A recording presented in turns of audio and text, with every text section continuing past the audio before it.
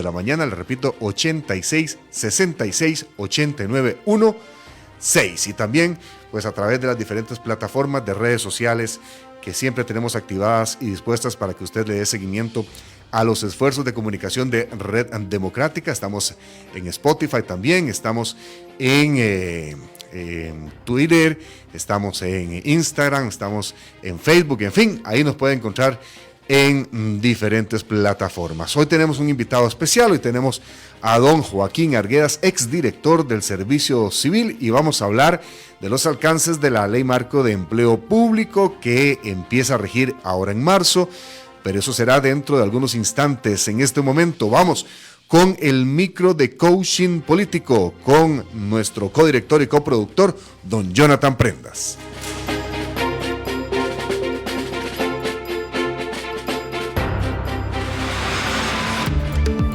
Red Democrática presenta Coaching Político. Saludos amigos de Red Democrática Radio. En este viernes que estamos abordando temas importantes de la actualidad nacional, Coaching Político se va a abocar a explicar detalladamente a qué se refieren en la Asamblea Legislativa cuando dicen que hay un debate reglado sobre un tema, cuándo se puede hacer y bajo qué reglas se realiza. Básicamente el debate reglado se establece cuando las jefaturas de fracción en conjunto con el presidente de la Asamblea Legislativa, que funciona como un coordinador del debate, llegan al acuerdo de que un proyecto de ley o un tema, un nombramiento, debe agilizarse porque está totalmente entrabado, y lo que definen es un tiempo de hablar en el plenario para los diputados por fracción política, no por diputado. Recordemos que en la agenda del plenario, según el reglamento legislativo, cada diputado tiene entre 10 y 15 minutos para poder hablar de ciertos temas, y si eso lo multiplicamos por 57 diputados que son, estamos hablando de que puede un debate sobre un proyecto estarse pues dilatando semanas e incluso meses, porque solo lunes, martes y jueves durante 2 horas al día se están haciendo espacios para sacar proyectos de ley o nombramientos específicos. En este momento en el Congreso se está aprobando en las últimas horas un debate reglado para el próximo lunes sobre el tema del defensor de los habitantes, y es un perfecto ejemplo de lo que les estoy explicando, porque ese nombramiento tuvo que haberse dado antes del 12 de diciembre, que fue el último día que trabajó como defensora de los habitantes Catalina Crespo. Desde ese día hasta el momento, la institución se encuentra sin un jerarca, sin una persona que lleve las riendas de todo lo que tiene que hacerse a nivel nacional, y no puede seguir dilatándose su escogencia. Aparte de que todos estos meses ha pues dilatado y retrasado el conocimiento de proyectos de ley de cualquier otra naturaleza, porque hay algo que está haciendo un cuello de botella al inicio de la sesión legislativa. En ese entendido, el debate reglado que se acordó para el próximo lunes tendrá como reglas: número 1, ese día sí o sí se va a votar al final del debate reglado, en donde los diputados terminan de hacer uso de la palabra. 2, no necesariamente tiene que tener un candidato que haya pasado por la comisión de nombramientos, es decir, que haya optado consciente y abiertamente por la escogencia de su nombre para el puesto de defensor de los habitantes.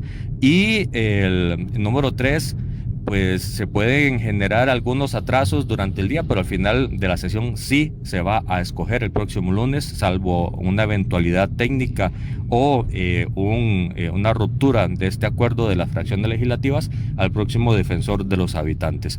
Así las cosas, el debate arreglado se puede utilizar para cualquier instrumento de la Asamblea Legislativa, tanto proyecto de ley como reforma constitucional, como un nombramiento, y eso es lo que está sucediendo en estos momentos en la Asamblea Legislativa, que ya no podía esperar más para hacer esa votación, que va a ser la primera votación pública para escoger a una persona del rango constitucional como es la Defensoría de los Habitantes. Así las cosas, este ha sido el coaching político del día de hoy. Esperamos que haya sido totalmente pues asequible para todos ustedes, y nos escuchamos el próximo lunes. En Red Democrática hablamos las cosas como son. Seguimos en Red Democrática, gracias por su sintonía y estamos acá entrando en un tema que es de coaching tecnológico y precisamente quiero leerles una información que se consigna en el medio bbc.com en su versión en español y se refiere a cómo la Interpol se prepara para investigar los delitos en el metaverso. Y dice de la siguiente manera: Interpol ha construido su propio espacio de realidad virtual donde los usuarios pueden realizar cursos de formación y asistir a reuniones virtuales. Stock aseguró, el director de la Interpol, que es importante que la agencia no se quede atrás. Los delincuentes son muy sofisticados y profesionales a la hora de adaptarse con rapidez a cualquier nueva herramienta tecnológica disponible para cometer delitos, aseveró. Tenemos que responder a ello. A veces los legisladores, la policía y nuestras sociedades van un poco por atrás. Al respecto, dice, el entorno al que solo se puede acceder a través de servidores seguros permite a los agentes de policía de la Interpol experimentar lo que podría ser el metaverso, lo que les da una idea de los delitos que podrían producirse y cómo podrían vigilarse. Ahora, se preguntará usted quizás, ¿qué es el metaverso? Hay quien piensa que el metaverso podría ser el futuro de Internet. Se cree que la realidad virtual podría ser lo que el smartphone moderno es a los primeros y toscos teléfonos móviles de los años 80. En lugar de estar en un ordenador, en el metaverso podrías utilizar unos lentes para entrar en un mundo virtual que conecte todo tipo de entornos digitales. Pero como aún no es más que una idea, no existe una única definición consensuada del metaverso.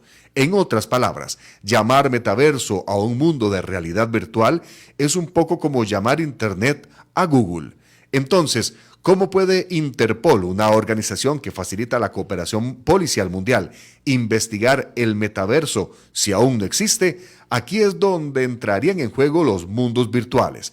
Pero dentro de estos mundos virtuales ha habido problemas en la vida real.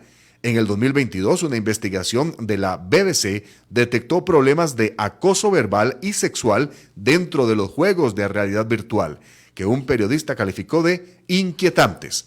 Ese mismo año, unos activistas afirmaron que el avatar de una investigadora de 21 años había sido agredido sexualmente en Horizon Worlds, la plataforma de realidad virtual de Meta. ¿Qué es un delito metaversal? Madame Obeiroi, director ejecutivo de tecnología e innovación de Interpol, afirmó que existen problemas a la hora de definir un delito metaversal. Hay delitos que no sé si se pueden calificar de delitos o no, afirma. Por ejemplo, si se han denunciado casos de acoso sexual.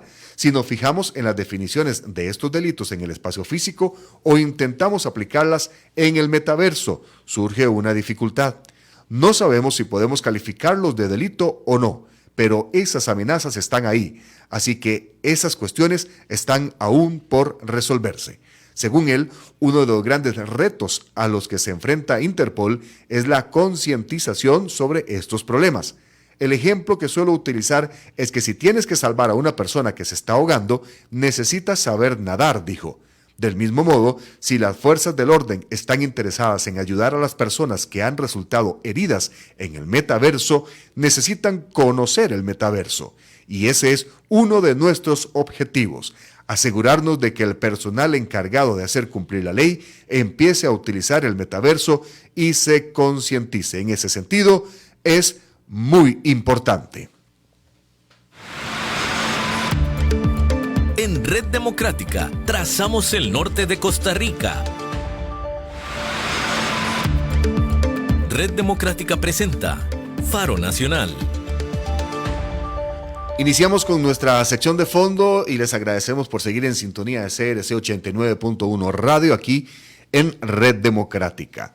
Hoy tenemos la compañía de Joaquín Arguedas, exdirector del Servicio Civil, quien, como conversábamos ahora extra micrófonos, tuvo una larga trayectoria y conoce al dedillo el tema del servicio civil y todo lo que es el empleo público en general, pero además de unos años para acá está disfrutando de un retiro parcial de funciones como las vivió durante décadas, aunque ahora está pues encargado de otras múltiples funciones con sus hijos, sus nietos, sus suegros, la casa. A veces se vuelve, don Joaquín, lo incorporo a los micrófonos, se vuelve más demandante que lo que usted hacía durante 30 años, porque ahora es tiempo completo y un poquito más. Nunca sale, en realidad. A ratos. A ratos.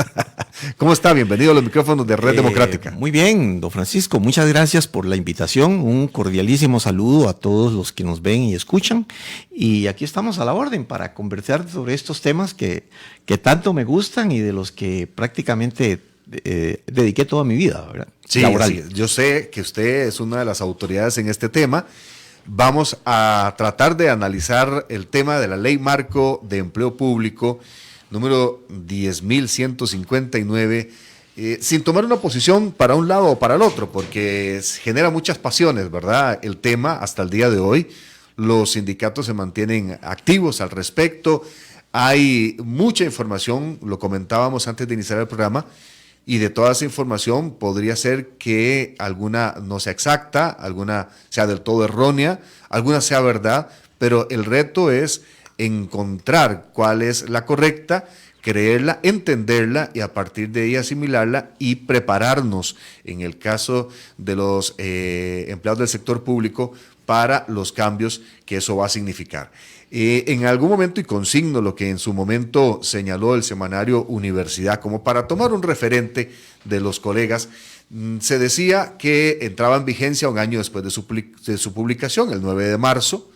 Tiene una finalidad, por un lado, política, señalaban ellos, y voy a leerle varios conceptos y después vamos a ir desmenuzando, usted me dirá sí o no, y por qué sí, por qué no.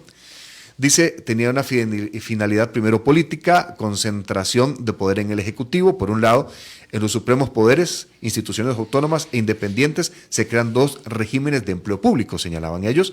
Uno regulado por la propia entidad y otro regulado por el Mideplan. Al respecto, el Mideplan se transforma en un supraministerio que regula íntegramente el sistema de empleo público. Y después eso incluye trabajadores dedicados a funciones exclusivas y excluyentes que estaban por ahí un aparto especial. Por otro lado, desde el punto de vista de una finalidad fiscalista, señalaban ellos en su momento, se habla de un salario global que sustituye al salario compuesto, como se entiende hasta el momento el actual base más pluses, y el salario global de cada puesto no ha sido fijado hasta el momento, en aquel instante, cuando se hizo la publicación, pero cuando sea establecido, por un lado, quienes actualmente tengan un salario mayor al salario global que se estipule, se les congelará hasta que el global los alcance.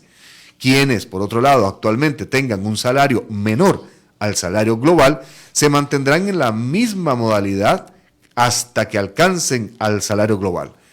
Por tanto, en ese momento se incorporan al salario global.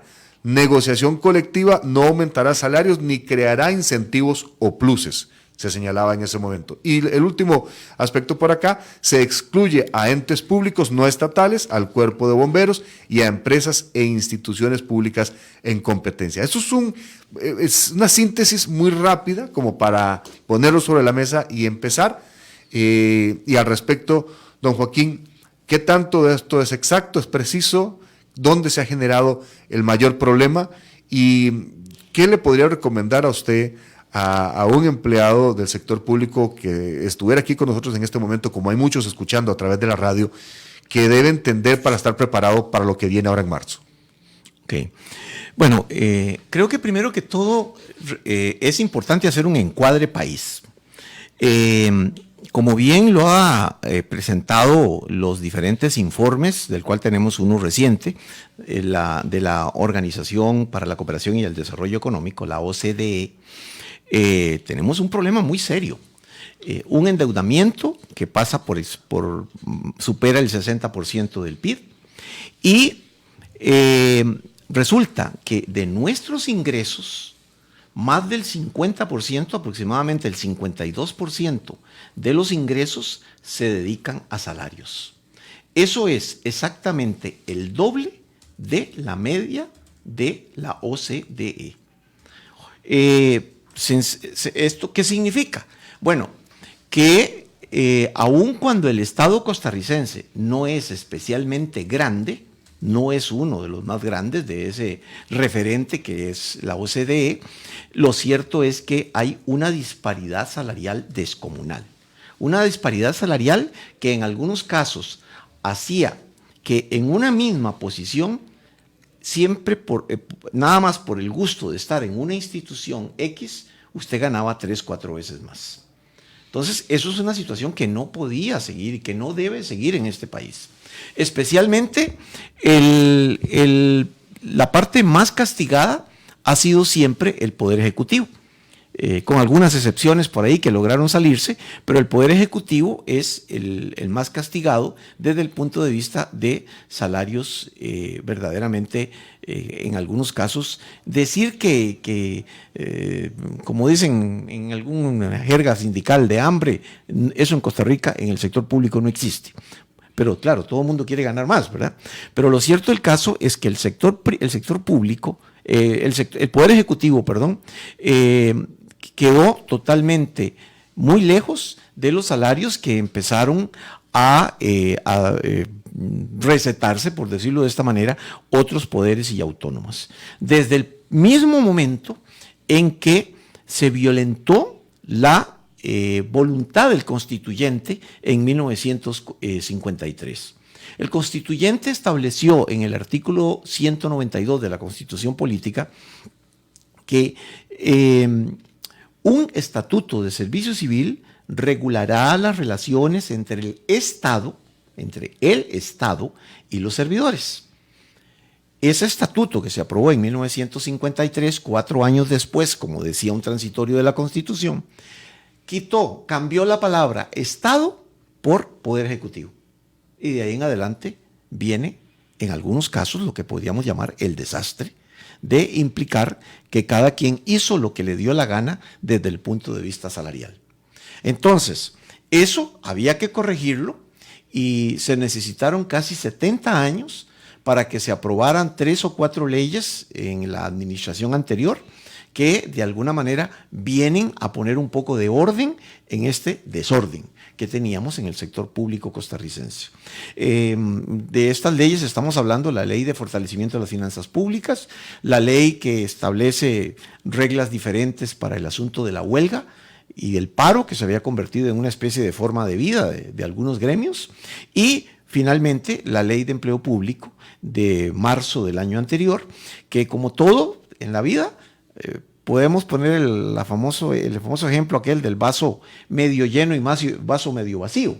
Para algunos fue un abuso, se va a exigir un mayor control, regla fiscal, etcétera. Para todos los salarios, la necesidad de un salario único, etcétera. Y para otros, en realidad quedaron muchas cosas sueltas, como por ejemplo, casi que el proponer la necesidad casi en toda parte de convenciones colectivas, cuando en realidad las convenciones colectivas en el sector público han sido una lucha de tigre suelto contra burro amarrado, porque en el sector privado usted sabe que si una convención colectiva va a llegar a su quiebra, usted sencillamente no la aprueba. Pero en el sector público, a través de los años y de las décadas, muchas de estas convenciones colectivas terminaron siendo absolutamente leoninas y pasaban simplemente a deuda pública y a que la pagaran las generaciones siguientes. Para empezar por ahí ese problema, ¿verdad? Ok, resuelve problemas históricos que estaban rezagados. Creo que eso es valioso y, como usted mencionaba, en el reporte, en el informe de la OCDE, estaban muy claramente señalados. Eso siempre va a doler y cada persona hace su trabajo, los sindicatos hacen su trabajo, tienen que defender los intereses de sus agremiados, pero ¿qué de lo que se ha dicho últimamente, sobre todo en el discurso sindical y en diferentes partes del país, qué de lo que se ha dicho últimamente no es verdad? Porque se habla de adjetivos de nefasta, que se va a traer abajo los salarios, que van a ser de hambre, como usted lo mencionaba ahora.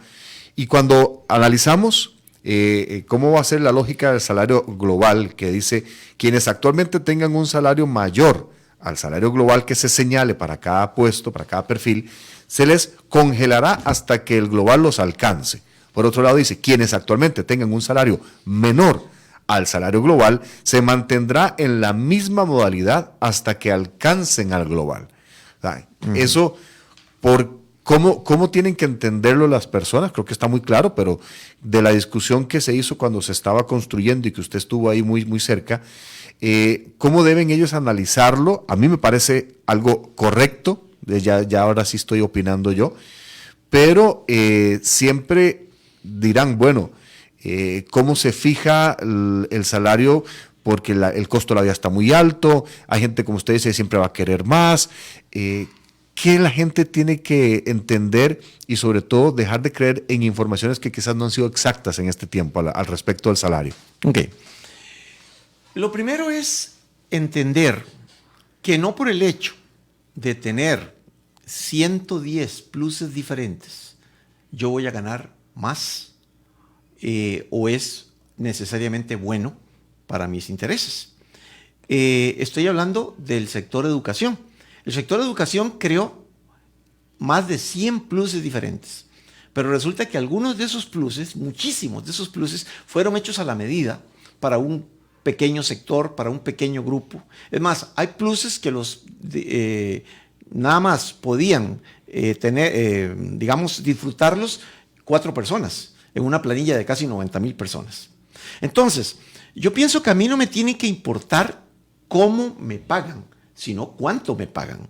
Si el salario global va, de alguna manera, a satisfacer, digámoslo así, mis necesidades actuales, porque lo que hace es juntar el salario que yo tengo y me lo presenta de una manera global, lo cual, desde el punto de vista de, de cómo se maneja esto, cómo se paga, el Estado hará un gran ahorro, porque la administración salarial es algo terrible. Se requieren sistemas informáticos complicadísimos para estar atendiendo diferentes pluses y diferentes cosas. Si me lo suman en un total y eso es lo que me van a pagar, ¿cuál es el problema de que antes me lo dieran repartido en una infinita cantidad de pluses? Entonces, eso como tal, el salario global no es problema. Es más, otras instituciones desde principios del siglo XX traen salario global y no por eso ganan menos, incluso hasta se puede pensar que ganan muy bien, como por ejemplo la Contraloría General de la República, el Banco Central. Entonces, eso del salario global no es el problema.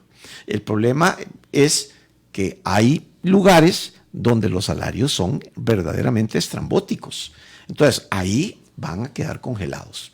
Pero también asimismo, la Sala Constitucional prácticamente sacó a una serie de instituciones y estas van a seguir teniendo un gran poder sobre el manejo de sus salarios, independientemente de la labor de Mideplan. Que, por cierto, esto de que exista una autoridad política sobre el aspecto salarial es lógico en todo el mundo, solo no se daba en Costa Rica.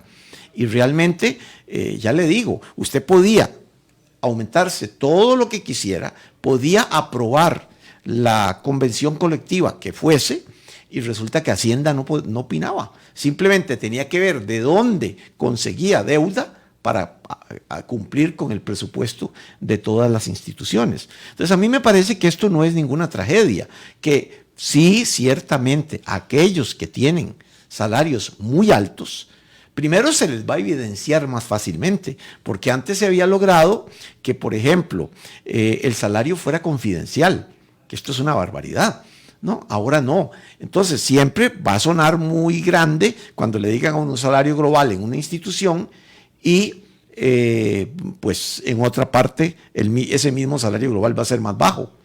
Pero lo cierto del caso es que ese no será el problema. El problema es ciertamente me refiero al problema de que se pague global con salario global, sino de que sí se va a controlar ciertos abusos que existían. Por ejemplo, vea usted el caso de la anualidad. La anualidad la aprobó una ley, la Ley General de Salarios de la Administración Pública de 1957. Estableció una anualidad y esa anualidad la iba a manejar la Dirección General de Servicio Civil. Inmediatamente la Corte y otras instituciones dijeron, no, yo no tengo que regirme para nada con el Estatuto de Servicio Civil, pero sí cojo lo que me interesa. Entonces, cogieron la anualidad y se la empezaron a aplicar. Mientras que por 50 años, 60 años, el Servicio Civil manejó una anualidad que iba de aproximadamente 1.5 94% a 2.54%, hubo instituciones que empezaron a pagar de inmediato 5.5 de anualidad. Y hubo anualidades del 9.9. Dígame por qué no le pusieron 10, seguro para que no se viera tan feo, ¿verdad? 9.9 anual. O sea, una barbaridad. Pero la barbaridad mayor llegó cuando algunos gremios médicos y las universidades, a partir del año 2009, cogieron esa anualidad que siempre la ley de salarios decía que era sobre el salario base, no sobre los pluses y la prohibición y la dedicación exclusiva y todo eso, y la cogieron y la aplicaron a toda la masa salarial. Entonces, un ejemplo nada más que hicimos en el año 2013 implicaba que la anualidad en el gobierno eran en el Poder Ejecutivo, para un salario de 1 millón de colones era 19,000 colones. Y para un salario de la misma posición, era un profesional 3, en una universidad pública era de 320,000 colones solo por ese salario, solo por esa anualidad, entiéndase, anual. Entonces, eso es un problema muy grave, que la situación es que eso tiene que parar. De hecho, la Universidad de Costa Rica tuvo que quitar, porque si no, su presupuesto no hubiera llegado ni al 2026, recientemente la anualidad del 5.5, ¿verdad? Y bajarla un poquito, no mucho, pero bajarla un poco. Bueno, usted lo está diciendo muy claro. Ahora, me estaban poniendo una pregunta acá en el 8666-8916, que puede sonar muy básica de acuerdo a todo el análisis que usted está haciendo, pero es la gente la que pregunta y es muy válido, porque claro, a veces no entiende, el que explica quizás no entiende cuál es la duda básica de aquel y preferimos irnos a esta referencia que nos da un oyente y nos dice: si yo gano X, cuando entre esto a funcionar, en ningún escenario se me va a bajar el salario. Así lo pregunta, básicamente. Absolutamente en ningún escenario. Eso no se puede legalmente en este país, ni en ningún país democrático, ¿verdad? No se le va a bajar el salario. No se le puede bajar el salario. Es más, ¿qué puede pasar con el salario a partir de la entrada en vigencia de la ley, con el salario de esta persona que tiene esta preocupación? Bueno, podría incluso hasta, digamos, entiendo que va a haber, esto está en construcción todavía, ¿verdad? Va a haber cierto momento en el que se le dice a la gente que si quiere quedarse con los componentes anteriores, si gana menos o si quiere pasarse al salario global. Podría ser que incluso pasando, si gana menos que el salario global designado para su categoría, puede que hasta tenga la posibilidad de obtener un mejor salario pasándose al salario global. En el muy corto plazo. El que ya está por encima del salario de su categoría, lo que tendrá por unos cuantos años es únicamente, podríamos decir, costo de vida, o sea, algunos aumentos por costo de vida únicamente, por problemas inflacionarios, etcétera, y siempre y cuando la regla fiscal lo permita, ¿verdad? Pero el que esté por debajo, en esto podrían ser muy favorecidos muchas clases del gobierno central, ¿verdad? Más bien podría en el corto mediano plazo beneficiarlo. Menos salario del que tiene actualmente, no se preocupe, porque eso no podrá nunca estar. Le va a pasar. No. Hay otro tema, usted lo mencionó. La ley lo dice directamente. Usted lo mencionó ahora por encima con el tema del Poder Judicial, pero uno de los aspectos dice que el Mideplan se transforma en un supraministerio que regula íntegramente el sistema de empleo público. Y ahí sí quisiera que nos explique entonces cuál va a ser el papel del Mideplan ahora, dónde queda servicio civil y la independencia de sectores como judicial y todo lo demás, de la forma más clara posible para que la gente entienda si esto es verdad y cómo se va a manejar a partir de ahora. Ok, aquellas instituciones que la Sala Constitucional estableció que no pueden ser dirigidas, por decirlo así, por Mideplan, quedan con sus propias características y las posibilidades de fijar su salario. Pero este salario tendrá que ser global, ¿verdad? No como se venía haciendo con pluses, sino que tiene que ser un salario global. Ahora, siempre tendrán que respetar la regla fiscal, siempre y cuando no la eliminen, porque entonces ahí sí que cierre y vámonos, ¿verdad? Pero si se respeta la regla fiscal, aun cuando no vienen a ser absolutamente dirigidos por Mideplan, siempre tendrán que tener mayor prudencia en digamos, en todo lo que tiene que ver con los aumentos salariales a futuro. Mideplan tendrá control sobre lo que antes tenía el Servicio Civil, que eran únicamente el Poder Ejecutivo, y una serie de instituciones que no tienen las garantías constitucionales que estableció la Corte. Y la Corte habla de Poder Judicial, Poder Legislativo, Poder Legislativo no me consta, Poder Electoral, algunas municipalidades y universidades. Insisto, tampoco es que van a quedar a la libre, porque siempre tendrán que tener un salario global y siempre tendrán que regirse por medio de, ¿qué veníamos diciendo? Por medio de la regla fiscal, ¿verdad? En algún momento, y lo manejo como uno de las tantas aristas, en un informe final que hizo una comisión en la Facultad de Derecho con respecto al proyecto, decía temas como la gestión de evaluación se centraliza, con lo que se violan las autonomías constitucionales, en aquel momento se dijo, o homogeniza entes públicos que son radicalmente diversos en la naturaleza de sus funciones administrativas y no administrativas, crea competencias en manos del Mideplan, que estábamos hablando ahorita, del Ministerio de Hacienda y o la Dirección General de Servicio Civil, que trascienden por mucho los objetivos expresados establecidos en los artículos 191 y 192 constitucionales, como eficiencia, nombramiento con base a idoneidad comprobada y estabilidad en el empleo.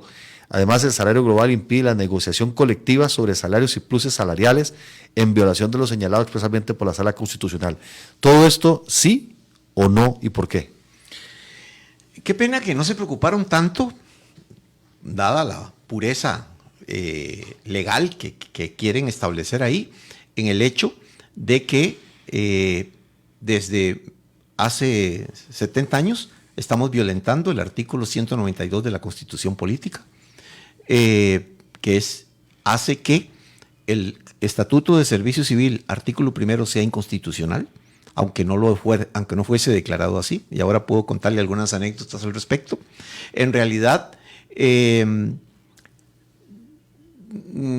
todas estas condiciones de abuso y por otro lado, también existen otros pensadores, otros analistas que establecen que la autonomía universitaria no da para todas estas cosas. La autonomía universitaria es libertad de cátedra, es autonomía en el aula, pero no es autonomía para fijarse el salario que quisieran. Había un pronunciamiento muy viejo del Departamento Jurídico de la Universidad de Costa Rica que decía que todo 5 que ingresara a la Universidad de Costa Rica era patrimonio de la Universidad de Costa Rica y nadie tenía que pedir cuentas sobre eso. Ni la Contraloría, ni el Poder Ejecutivo, ni nada. A ese extremo habíamos llegado. Era también la posición que tenía especialmente la Universidad de Costa Rica, de que un policía en ninguna circunstancia podía ingresar en la Universidad de Costa Rica. Cuando yo estudiaba ya por los años 70, en un momento una patrulla se metió por accidente y la agarraron a pedradas, porque ahí no tenía que estar. Las universidades no tienen extraterritorialidad, no son repúblicas independientes, son posiciones jurídicas, pero no son reales. Y en un país donde tenemos gravísimos problemas, donde nos echamos encima el 50% de los ingresos solo en salarios y mal distribuidos, donde, por ejemplo, yo vi casos de peones agrícolas en una estación experimental ganando 1,000,000 y resto de colones y no tenían ni primaria. O sea, qué dicha por ellos, pero esto es una barbaridad. El que un inspector de tránsito ganara en el MOP 700,000, 800,000 con extras, ¿verdad? Y habían 3 en la Universidad de Costa Rica que por medio de una serie de ajustes y demás llegaban a ganar hasta 2 millones de colones. Entonces, Perdón, pero eso es hablar de una autonomía extrema a la cual en ningún país del mundo es legítima, ¿verdad? Y acá no es legítima tampoco. O sea, yo pienso que estas cosas tienen que cambiar y han empezado a cambiar. Y es parte de lo que se estableció en la legislatura anterior, que para mi gusto, con todo y todo, fue tal vez la mejor en 70 años, ¿verdad? Tomó el rábano por las hojas, ¿verdad? ¿Qué pasa y aprobó leyes muy importantes. ¿Qué pasa con el tema de las negociaciones colectivas? Ok. Vea, también hace unos minutos extra micrófono, hablamos de que hay mucha mentira en todo esto. Resulta que, primero que todo, la ley de empleo público, de la cual yo llegué a leer 9 versiones distintas en esos 2-3 años que duró el proceso. Las 2 primeras no mencionaban dentro de la normativa del empleo público el asunto de las convenciones colectivas. Esta ley pasó a manos, según se me ha dicho, de la segunda vicepresidencia de la República, que fue la que empezó a negociar posteriormente y redactó unos textos totalmente interesados, a tal grado de que, por ejemplo, en el texto 3 y 4 metieron la mitad de la ley de carrera docente en la ley de empleo público, como si eso fuera, para que quedara ahí, ¿verdad? Como si eso fuera realmente útil para el resto del sistema. Como eso no lo pudieron hacer, a partir del texto 5, metieron lo del asunto de las convenciones colectivas. Ok, con 2 argumentos. Que el artículo 60 o 160, no recuerdo en este momento, por aquí está la Constitución, habla de las convenciones colectivas y la importancia de las mismas. Ok, eso está ahí. Y el artículo 6 del convenio 98 de la OIT. Resulta que el artículo 6 del convenio 98 de la OIT, no porque lo diga yo, que no soy abogado, lo dijo reiteradamente el constitucionalista Rubén Hernández, doña Paula Hernández, que también es una analista jurídica que escribió varias veces en La Nación. El artículo 6 del convenio 98 no dice que las convenciones colectivas deben ser para el sector público. Dice que las convenciones colectivas de ninguna manera deben intervenir en las relaciones estatutarias que se dan en la función pública. O sea, podríamos decir que debieron de ser prohibidas para el sector público. Para eso el sector público tiene un estatuto que regula su situación. Ahora, eso lo ganaron, con mentiras o lo que fuera, eso está ahí en la ley de empleo público. Pero de eso a que... pero también es cierto que esa negociación colectiva fue mediatizada. Y en eso tienen razón de estar muy molestos los sindicalistas, porque fueron por lana y salieron trasquilados. El problema, don Francisco, del poder del sector público es que en el caso de la convención colectiva es una lucha política, no económica, como sucede en el sector privado. En el sector privado el sindicato sabe que si yo abuso de la empresa quiebra o la empresa se va para otro lado, que fue lo que hizo la bananera en 1983 en Costa Rica, en la zona sur. Pero en el sector público no, en el sector público todo va a la deuda pública, Y la negociación colectiva es una negociación entre políticos y entre compas, ¿verdad? Muchísimas de las convenciones colectivas que se aprobaron del 60 para acá eran aprobadas por funcionarios que después se beneficiaban de la misma convención, hasta hoy todavía. Y yo participé en una comisión que era ridículo prácticamente para hacer nada, que se llamaba Comisión Negociadora de Convenciones Colectivas, pero que no era, la presidía el Ministerio de Trabajo, participaba el Servicio Civil, pero no era obligatoria. Entonces, nosotros decíamos, esta convención es un desastre, pero llegaba la institución y siempre la aprobaban. Y en eso estamos en los extremos en que estamos hoy. Por ejemplo, hay 2 instituciones que están en el top 5 que recuerdo perfectamente, de los salarios más altos de este país. ¿Por qué? Porque tienen 3 pensiones, porque tienen un montón de cosas.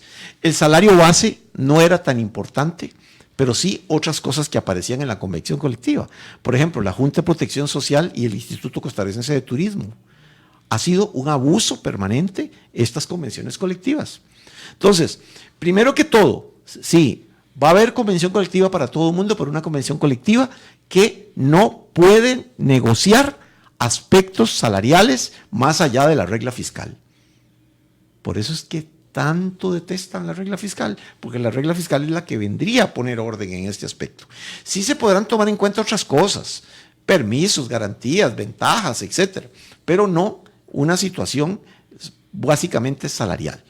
Así es que aunque aparezca ahí en la sala cuarta, en la ley de empleo público, y la sala cuarta dijo que todo lo que se había dicho ahí estaba bien, esa convención colectiva no va a generar los problemas fiscales que habían generado o financieros dentro de las instituciones que venían generando hasta hoy. Ok, pregunta básica entonces, la persona, como lo hicimos ahora con el salario de si puede bajar o no bajar, la convención colectiva que esté en este momento vigente, ¿sufre alguna variación, cambio, deja de regir? Así básicamente la pregunta es, en el momento en que entre la ley de empleo público a funcionar en marzo. La respuesta es sí. Vamos a ver. Lo que ya se aprobó en una convención colectiva es de la persona, ¿de acuerdo? Pero en adelante no puede aprobar cosas que vayan más allá de las condiciones financieras del país. Básicamente, la regla fiscal. Entonces, perder poder adquisitivo o dinero, que ya era un beneficio que me había dado la convención colectiva. No, eso está en el salario global, ¿verdad? Eso está en el salario global. Ahora, puedo perder excesos, como los que ha venido una y otra vez para instituciones determinadas exigiendo la sala constitucional, como por ejemplo el hecho de que, a ver, si usted está en el sector privado, usted sabe que ¿cuál es la palabra? Yo digo prestaciones, pero la palabra correcta que se dice, lo que yo obtengo cuando me retiro, en fin, bueno, las prestaciones. Como sí, dice de los derechos. Popularmente, sí, tiene otro nombre técnico. Las prestaciones son 8 años, ¿estamos de acuerdo? Antigüedad. Sí, 8 años, cuando yo me pensiono, me pagan esos 8 años, si me quieren despedir con responsabilidad patronal, me pagan 8 años. Pero ¿qué sucedía en el sector público? ¿Qué ha venido sucediendo? Que hay municipalidades, algunas de Limón, que son las más pobres de este país, que había gente que se iba con 40, 45 meses de prestaciones. Eso la sala cuarta se lo ha volado. Y si todavía ahora en alguna convención colectiva que las organizaciones, los jerarcas están obligados a denunciarlas, ¿verdad? Ahora que se venzan, podemos empezar de cero otra vez a negociar, ¿verdad? Porque eso no me gusta. Entonces, una cosa es empezar de cero en una convención colectiva y otra cosa es quitarme lo que ya tengo. No me lo pueden quitar, excepto si la sala constitucional determina que es absolutamente abusivo o algún tipo de pensiones extraordinarias donde prácticamente el empleado no cotizaba, ¿verdad? Que se las encontró la sala constitucional. Y que bueno, aquí hay una persona muy polémica en este país, pero algún día será recordado como el que logró hacer transparente el empleo público en este país. Don Otto Guevara.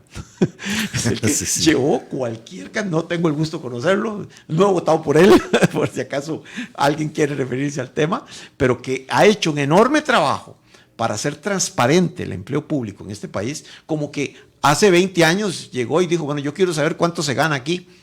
No, es confidencial. ¿Cómo que es confidencial el salario de alguien? No, entonces pasó una disposición que decía que le daban a usted, mire, la ley de incentivos médicos. Yo trabajé en el servicio civil 35 años. Si usted me dice que yo se la explique,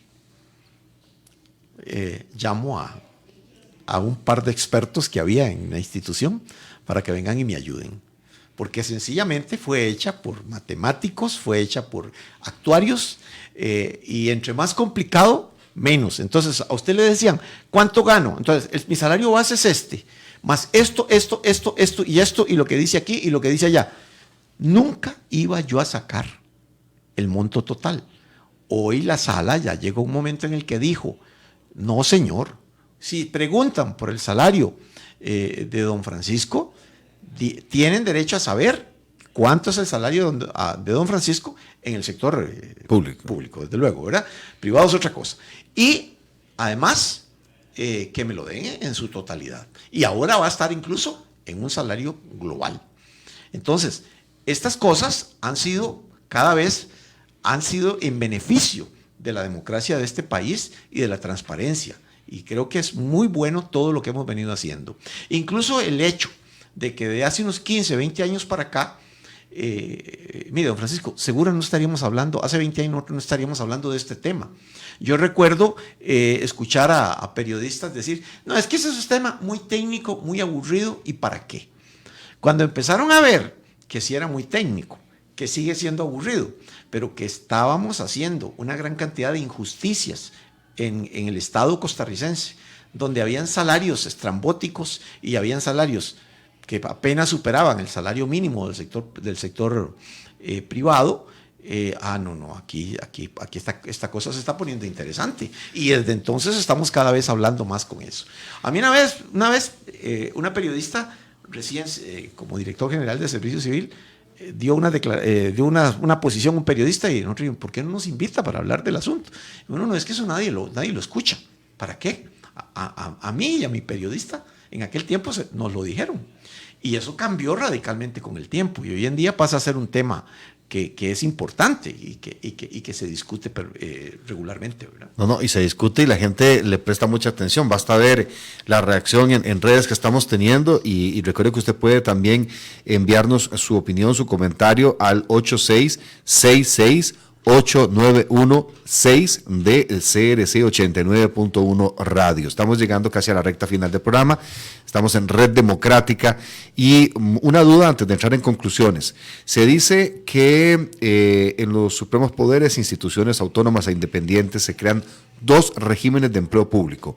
Uno regulado por la propia entidad, trabajadores dedicados a funciones exclusivas y excluyentes, y uno regulado por Mideplan. ¿Es así, sí o no? Sí. Eso está construyéndose, ¿verdad?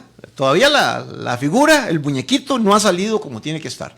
Pero así es. Por ejemplo, otra cosa muy importante.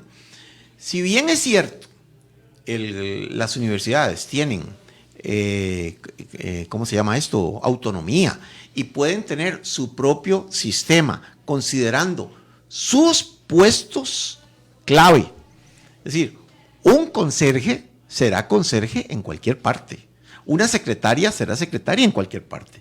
No como ahora, que hace poco se denunció que mientras una secretaria del gobierno central con 10, 15 años ganaba $500,000 de colones, en el IFAN ganaba $1,5 million, ¿verdad? Se dio un caso, se denunció, lo digo porque se comentó en los medios. No, eso es lo que se pretende evitar en el futuro, que eso se minimice. Ya el que está ganando lo que está ganando se va a llevar ese salario a su pensión, pero no podemos permitir que se repita. Y una pregunta que me hacen mucho, don Francisco: si estoy con el salario viejo, como en el caso de Lina, ¿verdad? Si estoy con el salario viejo y me dan la oportunidad de pasarme al nuevo sistema, no hay una respuesta única. Pero si ya estoy cerca de pensionarme, que posiblemente sea conveniente quedarse así. Pero si estoy lejos de pensionarme, lo digo porque lo vi en Chile, que se dio una situación similar. Lo mejor es irme acomodando al nuevo sistema salarial, porque de alguna manera me generará más ventajas a futuro. Llegamos a la parte final acá en Red Democrática. Hoy estamos con don Joaquín Arguedas, que fue por muchos años director de Servicio Civil, hablando de la Ley Marco de Empleo Público, que en marzo empieza a regir. y queremos llegar a las conclusiones, después de toda su experiencia de más de 30 años, después de toda la lucha que se dio en la negociación y en la discusión cuando entró y lo que salió de la Asamblea, lo que salió después de la Sala Constitucional y lo que al final se aprobó, y viendo usted la Costa Rica de hoy, como usted dice, hace 20 años no estaríamos discutiendo y hablando de esto, ¿qué cree usted que son las bondades de empleo público? Nos guste o no nos guste, va a entrar a regir así como está. ¿Y qué queda pendiente por hacer en 3, 4 minutos que nos quedan? Primero, esto se hermana con la ley 9635, que es la ley de fortalecimiento de las finanzas públicas del 2018. O sea, el hecho de haber establecido la regla fiscal, nada nuevo en el mundo, que la gente lo entienda. Es normal, o sea, es como el estar en el hogar y un día tantos le digamos a los jovencillos, a los carajillos, como decimos popularmente, vea, esta quincena, y ahí estamos feos, ¿verdad? Esta quincena, la regla fiscal será esta, ¿verdad? No pasemos de aquí, no van a haber salidas, no va a haber comida, no vamos a ir al restaurante que vamos cada quincena, o no vamos a ir al cine. Esa es la situación que tenemos en nuestro país. Pero ¿qué es lo que hacíamos? Veíamos la gravedad de la situación y simplemente la echábamos a deuda pública y que pasara a que otras generaciones pagaran. Bueno, eso es extraordinariamente importante. Sin eso nada se puede hacer. El salario único, importantísimo.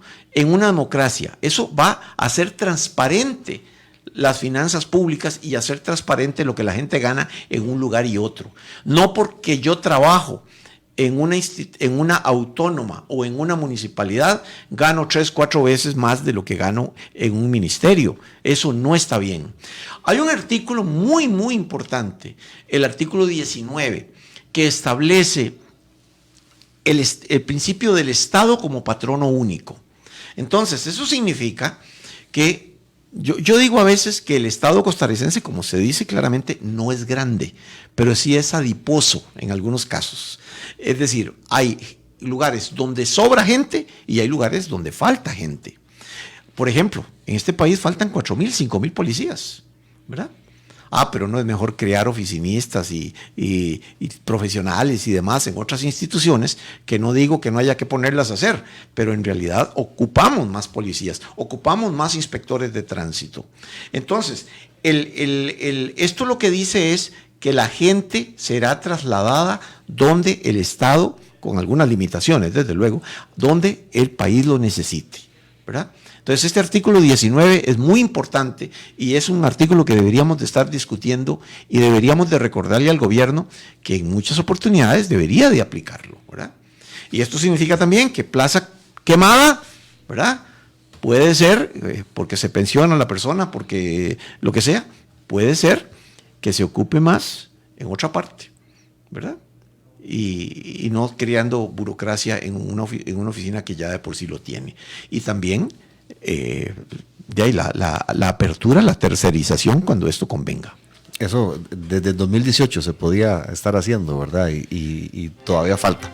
Pero bueno, don Joaquín, muchísimas gracias por estar aquí en Red Democrática. Esos son sus micrófonos. Cuando usted guste, está cordialmente invitado. Muy amable, muchas gracias. Nos vamos, muchísimas gracias a todos los amigos de CRC 89.1.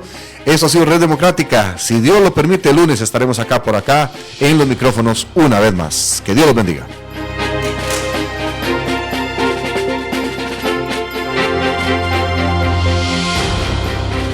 Esto ha sido todo por hoy en Red Democrática.